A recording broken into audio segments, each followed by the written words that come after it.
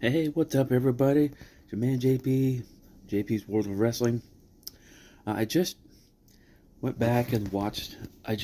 Yesterday I recorded some videos talking about the first few Royal Rumbles. And when I did the first one, at the beginning I started talking about watching the Royal Rumbles on the DVD anthology. And then I said I did that instead of watching it on Peacock for two reasons. And then I didn't give any reasons. Age, I guess, is just affected me in that way.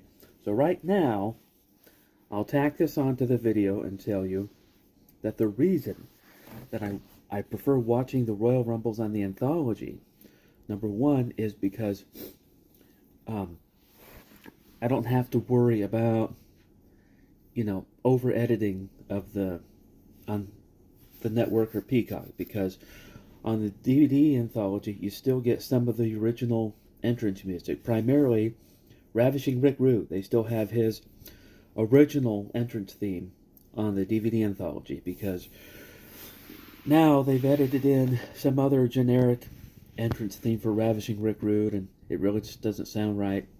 Doesn't sound as nostalgic. And also, the second reason is the DVD anthology, especially for the Royal Rumble, it just means something to me personally. Because like I said, let me get up here. My first wife and I, we used to watch the Royal Rumble anthology quite a bit. That, and I used to have some of the WrestleMania anthology as well. But the Royal Rumble in particular, we used to watch that, and it just has a special meaning for me personally. So that's why when I watch old Royal Rumbles, I usually watch the DVDs.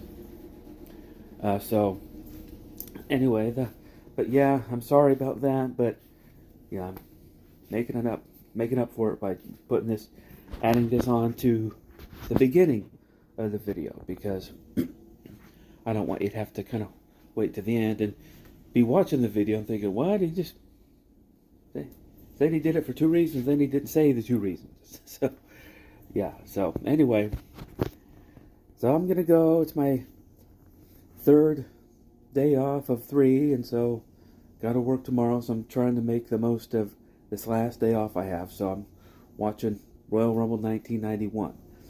So pretty soon I will be covering this particular Royal Rumble, because I'm going to do as many of them as I can. I'll do the anthology, and then that'll be it. So anyway, hope you like the video. I'll see you next time. Hey guys, welcome back to JP's World of Wrestling. I'm your man JP. So many exciting things happening on this channel. I just got done recording some action figure matches, and here's what I've decided to do. I'm holding a big tournament. A tournament for the number one contendership for the big title. And I'm not going to spoil it to tell you who's in the tournament and who's made it to the finals, but anyway. Yeah, so today we're going to start talking about the WWF Royal Rumble. That's one of my, actually, it probably is my favorite WWF event of all time.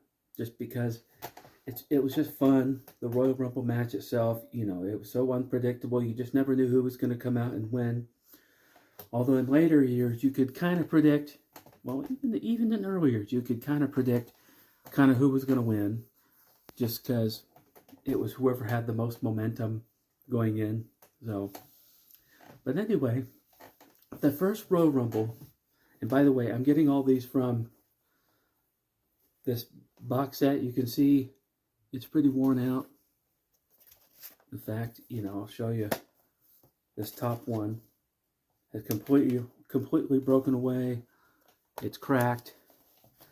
And that's because I've watched this more than any other DVD box set that I have. This has been, I've had this probably for about 10 or 15 years. I mean, I love this box set. And watching these, I would rather watch these than going to Peacock and watching it and streaming it on Peacock for two reasons. Number one, pretty soon, all the WWE content on Peacock will be moved to Netflix. And so that's another streaming service that I'm going to have to pay for just because it's, I want to see the old content, so I got to pay for whatever streaming service it's on, which starting in January will be Netflix. But nevertheless, the first one took place in 1988. It was a non-pay-per-view event. This was on just regular cable TV. They had done it on house shows, a few times just to try it out to see how the fans reacted, and I guess they got a pretty good reaction, so they decided to put one on TV. Now, the first Royal Rumble, honestly, it's really not very good. It doesn't take very long to watch it because you can skip most of the content. I think there's a total of maybe 4 matches on the whole thing. And then the rest of it is just segments, like non-wrestling segments, and it's not really very good. It is the first event, though, that Bruce Pritchard wrote and produced himself. So, there's that, I guess. But, no, it starts off with a single match. It was Ricky the Dragon Steamboat versus Ravishing Rick Rude. The match itself was kind of boring. And the funny thing is, there was this woman at ringside, and she had this megaphone, and she kept calling out to Rick Rude, and she kept making all these statements during the first match, and it was actually kind of distracting. And so I think off camera they probably told her to put the megaphone away or be kicked out of the event. So because after that match you didn't see it again. You saw her, but the megaphone or bullhorn had to stay under her chair because it was kind of distracting. But that first match, it wasn't very exciting. It actually ended in a disqualification, so it wasn't very exciting. And there was a women's tag team title match, best 2 out of 3 falls. It was the Glamour Girls, managed by Jimmy Hart, Judy Martin, and Leilani Kai. They were decked out in gold and black, and their opponents were the Jumping Bomb Angels from Japan. And I couldn't tell you the names of the Jumping Bomb Angels. I just know that they were the Jumping Bomb Angels. And actually, that match was more exciting than the first men's match. It was. But the Jumping Bomb Angels ended up winning the tag titles. Yay! And then you never saw them again. Pretty much. And then they had a weightlifting exhibition with Dino Bravo, where he attempted to break the bench press record. And Jesse the Body Ventura was there, and Frenchie Martin, and Frenchie Martin was speaking French, wouldn't speak English, and Jesse Ventura kept calling out okay, now he's going to lift this amount of weight. Now we're going to put on more weight, and then he's going to lift that. And then finally, when it came time for Dino Bravo to attempt the bench press record, you could clearly see Ventura help him lift up the bar. So that little bit of cheating going on there, but Ventura was no, I didn't cheat. I'm so sick and tired of hearing that. I didn't cheat. Anyway, that was kind of a boring. I always kind of skip through that segment. And then there was another segment which was a contract signing. Hulk Hogan and Andre the Giant. And that segment actually wasn't too bad just because it built up the continuing story that was Hulk Hogan and Andre the Giant. And this time, the $1 Million Man, Ted DiBiase, was in the equation. And that segment ended with, so DiBiase kept telling Andre, okay, Andre, put your stamp of approval on it. And then nothing, and then he said it the second time, okay, Andre, put your stamp of approval on it. Then Andre kind of tipped the table on top of Hogan. And then Andre and DiBiase left laughing. And then Hulk Hogan obviously was angry and he was ticked off. And later on he did a promo about he was going to wipe the floor with Andre. And he didn't care about DiBiase, blah, blah, blah, all this and that. We all remember what happened. That was right before Saturday Night Main Event where there were 2 referees that looked the same. It was basically the...